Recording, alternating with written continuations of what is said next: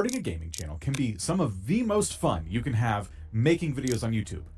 Fortunately, it can be so fun that it's also one of the most competitive spaces across the entire website. My goal is to help you this year avoid a lot of the early mistakes that I made when I started my gaming channel. And I did make one of these videos last year, and I didn't want to focus on generic tips, but rather the things that were working and also not working for gaming channels. I'm mentioning it here because I think all of that information is still relevant today, but there is an entire side of the discussion we just simply didn't have time to get to, and that's what I'm here to do now. You see, to stand out on YouTube, you might feel like you have to reinvent the wheel completely and do something that nobody has ever attempted before. And yeah, if you nail it, that can be fantastic for you, but it's also not a realistic place to start a channel from. But you might also think, well, certainly nobody's gonna watch me play through some game and just chat my way through it Let's Play style. That's been done a billion times. And sure, with that attitude, I guess nobody's gonna notice, but that's also not a great headspace to be in. I don't think any negative aspect of what a gaming channel should look like is gonna get you very far.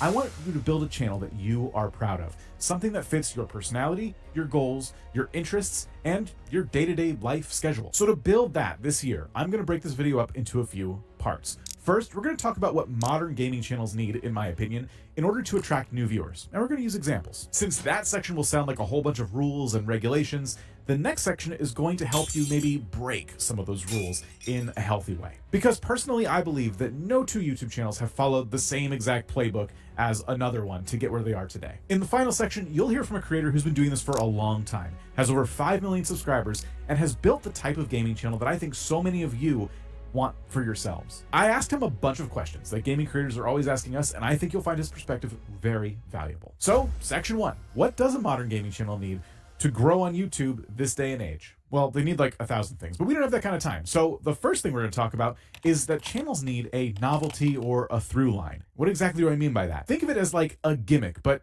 in a good way. I think every channel on YouTube really needs a hallmark, something that makes their channel unique. This was one thing I talked about a lot last year, so I don't want to repeat myself too much, but some of the examples I gave back then were that you cover news topics on your channel, or you have a special skill like speedrunning, maybe you review games, you are an expert at one particular game, or maybe you're like the Spiffing Brit and you break games, you 100% complete games, you know, things like that. Let's look at our first example today, somebody who I believe has a really solid gimmick, but it took them years to nail it down. The channel is called Any Austin, and they started on YouTube about 11 years ago.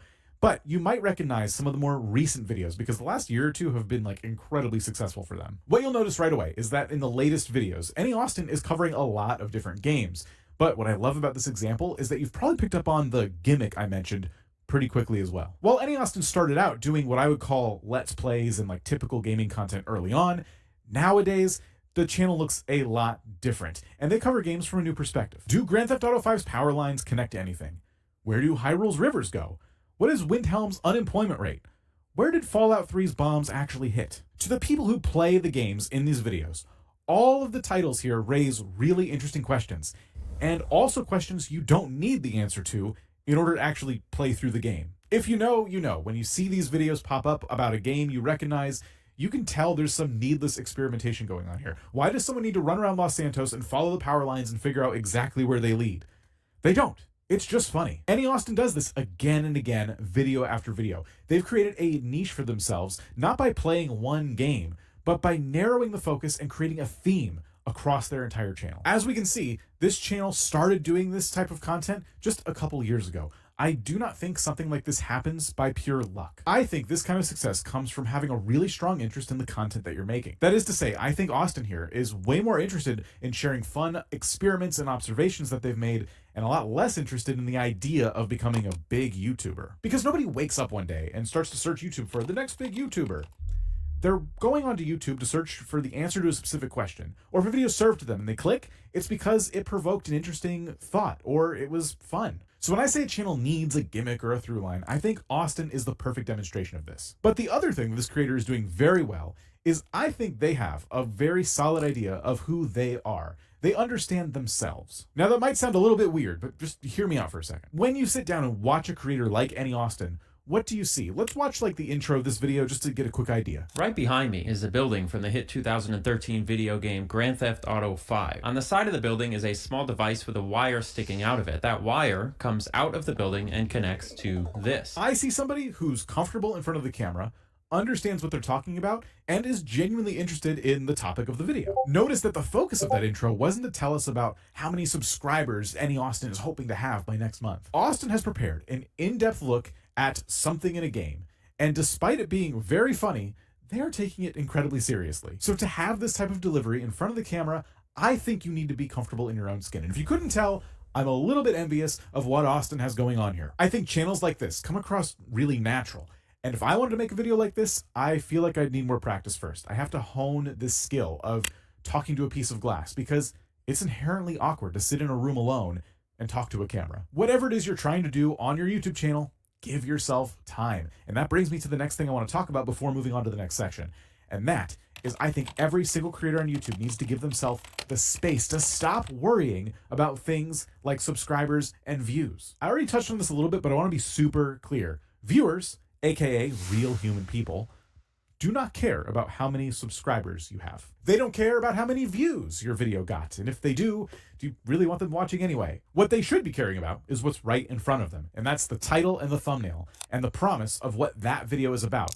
And they care about getting that promise delivered upon when they click on the video. But you're not stupid. I mean, you watch YouTube just like I do, and you know what you want when you click on a video. You know how it feels to get into a video and have it not start the way you expected it to start. So me saying all of this should feel pretty obvious, but from personal experience, I watch a lot of videos from a lot of creators, and if I click on a video, or more likely add it to my watch later playlist, and then I go back to watch it, I cannot stand it when it doesn't deliver on what I clicked on. It happens all the time. A video starts, and in the intro, the person's saying, hey, welcome back to my channel.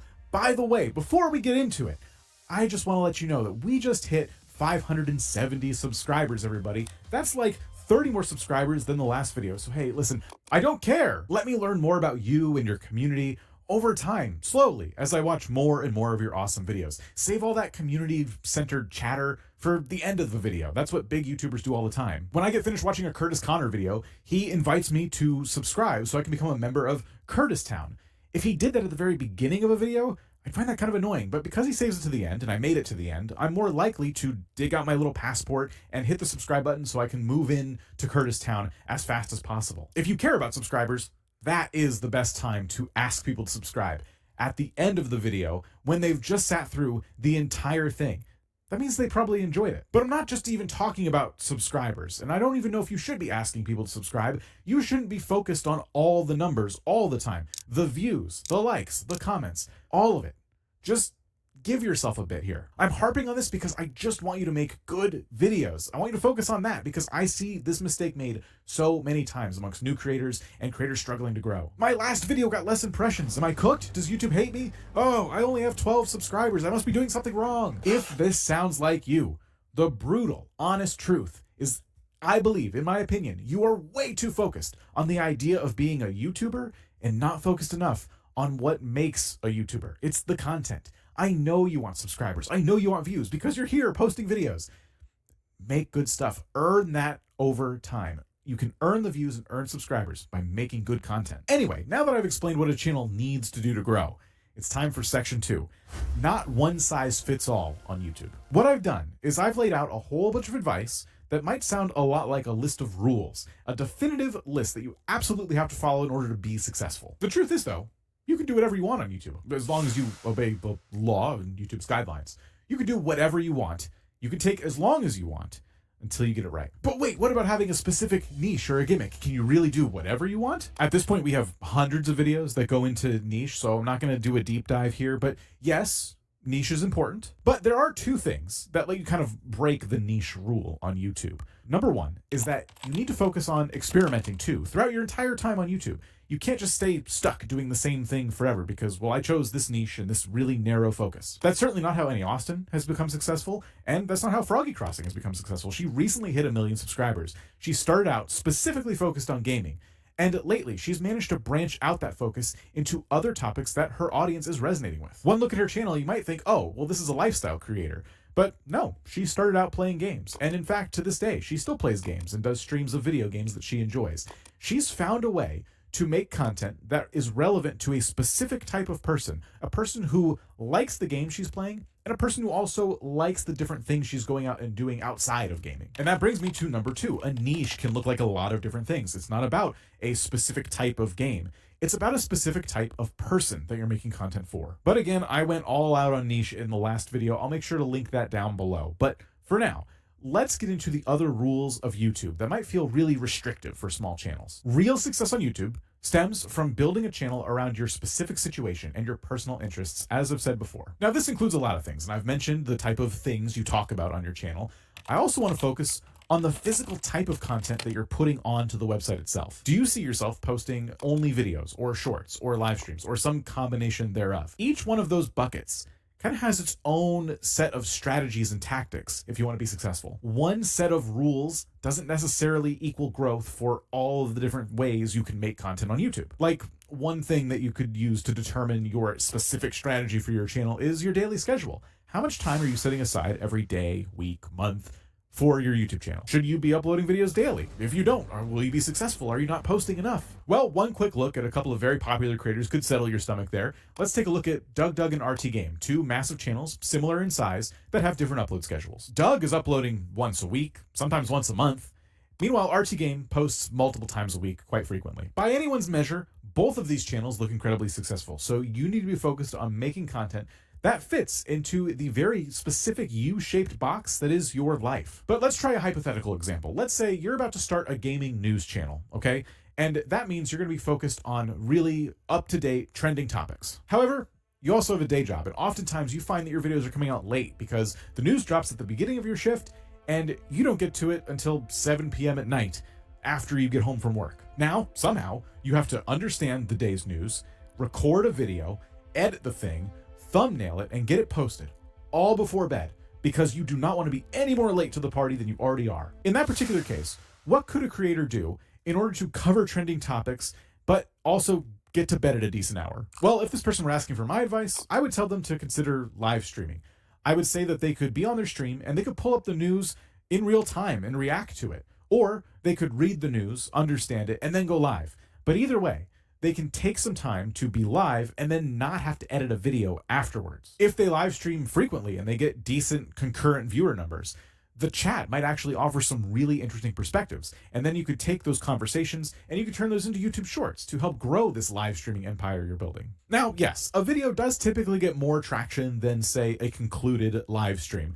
But in this case, old news is old news. So whether it's a video or a live stream, doesn't really matter. You need to jump on this topic. And news aside, and quick side note, I've seen live streams that can get traction after the fact, after they're done being live, just like a video. If they have good titles, thumbnails, and a good conversation, those can spread far and wide. Each type of content is going to have its own best practices when it comes to growing. Live streaming is a totally different practice from just uploading videos. So I want to go over like the general tactics of what it means to make each type of content. Videos can show up in search and the home feed. So for them, you're really going to want to focus on having a good title, a good thumbnail, and a solid hook. For shorts, most of them don't appear on the home feed. In fact, most people find your short while they're scrolling through shorts. So title isn't important anymore. We're talking about the hook now. Like the first 3 seconds needs to be really, really solid. Unless you're doing a search-based short. Maybe your short answers a specific question. Then oops, title matters here too. If you want to be a live streaming only channel, you really do need to leverage other types of content. I actually can't think of a single successful live stream only channel.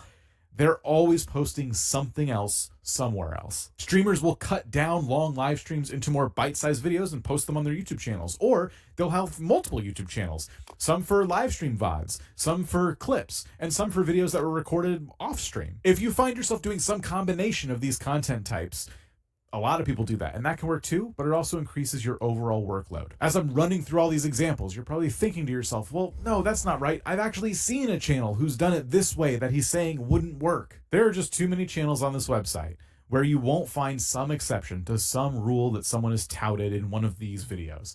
And that's what I want to talk about before we get into the last section. I want to talk about YouTube growth videos themselves, because I don't think this will be the last video you ever watch on how to grow a YouTube channel, right? I've been doing this long enough now to where I've seen creators who are YouTube growth creators say completely opposite things back to back. One creator will say, focus on this. Another creator says, focus on that.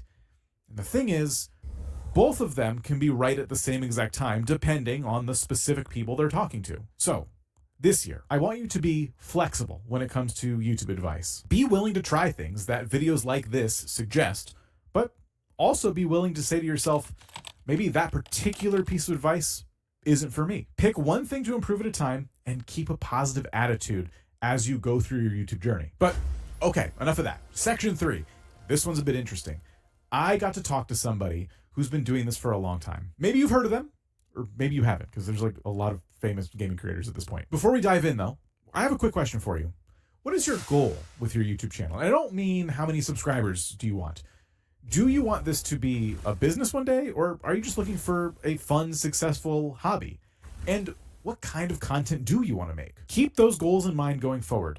Try to figure out that answer for yourself before going any further on YouTube, because you need to prioritize enjoying what you're doing. The creator I spoke to is really aspirational for me because they do enjoy what they're doing quite a lot. And they've been at it for over a decade. And they have the kind of channel that I think so many gaming creators want to build for themselves. He's the kind of creator who finds a new game, he sits down and he does his commentary as he plays it all the way through, releasing an entire series over the course of several days, weeks, or months along the way. The channel is called Zach's Got Games, and I asked Zach a lot of questions that creators come to us with all the time, and he had really awesome insights to share. I'm going to share just bits of this interview with you, but if you enjoy it, let us know, because I might be able to release the whole thing at some point in the future. In terms of the games you select for your channel, like what's the criteria? You know, how do you know this is a game that is definitely something I'm going to record versus a game that you're just going to kind of keep for yourself? I pretty much know by now that anything related to some of the games that have performed well in the past, like Plants vs. Zombies or any Nintendo games, are going to do better. Anything that has kind of a more friendly aesthetic seems to do better. That's really interesting. Do you feel like your audience responds to a certain genre of game more than another? I think that games that have kind of repetitive mechanics, but maybe different outcomes, are appealing. Some story games, do well. I guess you would call Zelda kind of a story game, or even Mario is somewhat of a story game. But in general, it seems like people like to watch things that have a little bit of action, some level of repetitiveness, probably something that's just more approachable to general audiences. I want to talk a little bit about the episodic nature of the content. It always feels like episode 1 is going to do fantastic. Episode 1 of anything, when you're speaking in the context of like a gaming series, tends to do really well. And then episode 2, bit of a drop. Episode 3, more of a drop. And it gets to a few episodes in before you kind of see that like point where it settles. I think the landscape has changed, especially in the kind of a post-COVID area. But yeah, in general now, and even back then, it was true that the first episode would do better, would perform better. And I think that's because, a lot of people just kind of want to see what the game's about. They just want to kind of get a little bit of a sense of the game, but not necessarily stick around for the full game. And even as a viewer, that's kind of me. I don't watch a lot of full gameplays. I'll definitely watch a trailer. I might watch a little bit of a gameplay myself. And, if I'm really into it, then I might just want to play it myself. I think the viewers who stick around for, the longer term of the game, down to the end of it, are people who are more there for the personality rather than just the game. I'm curious as to, is there a strategy there? Like when should a video be 2 hours? When should a video be 20 minutes? When I first started years ago, it seemed like all the creators were doing, and this is back before YouTube really allowed long videos, creators were doing 15 minutes and under for each episode. But then once we got access to longer and longer videos, I just kind of started gravitating to what kind of felt logical for that part of the game. For me, that often lands on, anywhere from the 45-minute to an hour mark, or less if it's a more heavy action-based game, or even Plants vs. Zombies game. A game like Astrobot, if it's divided into sections, I try to just kind of stick to the section, because I feel like that communicates a decent part of the story. That's going to be what people are searching for. If someone came up to you who was starting out today, they're working towards perhaps their first 1,000 subscribers, what advice would you have for them? Honestly, I would probably tell them do shorts, because shorts seems like the quickest way to accrue subscribers right now on YouTube, especially if you develop shorts specifically for being shorts. I've had a couple shorts bring in thousands of subscribers. The benefit that shorts have is that they show up in people's feeds, like it or not. It's just basically on the algorithm. If it was more than that, because we do have a number of creators who are like, well, shorts, okay, I get it, it brings you subscribers. What if I do want to make this a job one day? Because you obviously have the ambition of being like a full-time YouTuber. If this got ripped out from underneath you, you had to start from zero like today, what would be your strategy to kind of rebuild it back up to getting back to that full-time position? In today's market, I mean, I don't know how much I would lean into Let's Play content. Let's Play content doesn't seem to work as well as it used to. You know, because I look at like other creators who've been around like as long as me, or just even new people starting out. It doesn't seem like strictly Let's Plays are what people really do. They kind of try to create content around the video game to tell maybe a different story than what the game itself is telling. I would lean into a mixture of that and live streaming, because live streaming is a good way to build a community who's, I think, going to be there for you consistently. The one thing that's remained consistent across YouTube for years is consistency, and you know, people just kind of doing it. Not necessarily. I don't mean like doing the same thing over and over, but sticking to a schedule. Listen to what your viewers are saying, and look at your analytics and what's performing well. I think those are my big questions. I have some little ones from just our Discord server. How do you get such high quality images of characters close up for your thumbnails? Oh, that's a great question. I like that question a lot, because I do spend a lot of time on my thumbnails. So I take screenshots from the game. I try to take them from cutscenes, so that, you know, they're already pre-made to look at like an ideal angle. But if it's not a cutscene, I often run them through software that upscales. For some of the other things, it's just key art from the publisher themselves. I think the most important thing about gaming thumbnail is making sure that, because it's IP that people are going to like recognize first and foremost. We all know there's been a billion changes to YouTube in the last decade or so, but like, what changes specifically do you feel like made things easier for you and or made things harder for you? The easier one is hard to answer, because I don't know that YouTube has gotten easier. I think the tools that they give you to create and publish videos is a little easier. They give you the A/B testing on thumbnails now, which is useful. I feel like YouTube in general is harder than it used to be, but I don't think that's YouTube's fault. I think it's just the space has grown so much. There's so many creators. Gaming, I feel like, has gotten a lot more saturated. But if you want to do this, but you're not set on just being a successful content creator, YouTuber or whatever, definitely, if it's just a hobby, definitely just do it. There's like hardly any risk to just doing it. If you enjoy gaming, if you enjoy being in front of people, like even if it's just like, you know, a few people coming into your stream, like definitely try it out, definitely do it, definitely stick with it as long as you can. Or to put it simply, just make videos. Make improvements along the way, but one step at a time, and make something you're proud of. As I mentioned before, there is so much advice that I covered last year that is also incredibly relevant to this day. So please go check that out next. Huge shout out to Zach Scott Games. Thank you for lending us your time. And hey, to all of you, good luck on your channels this year.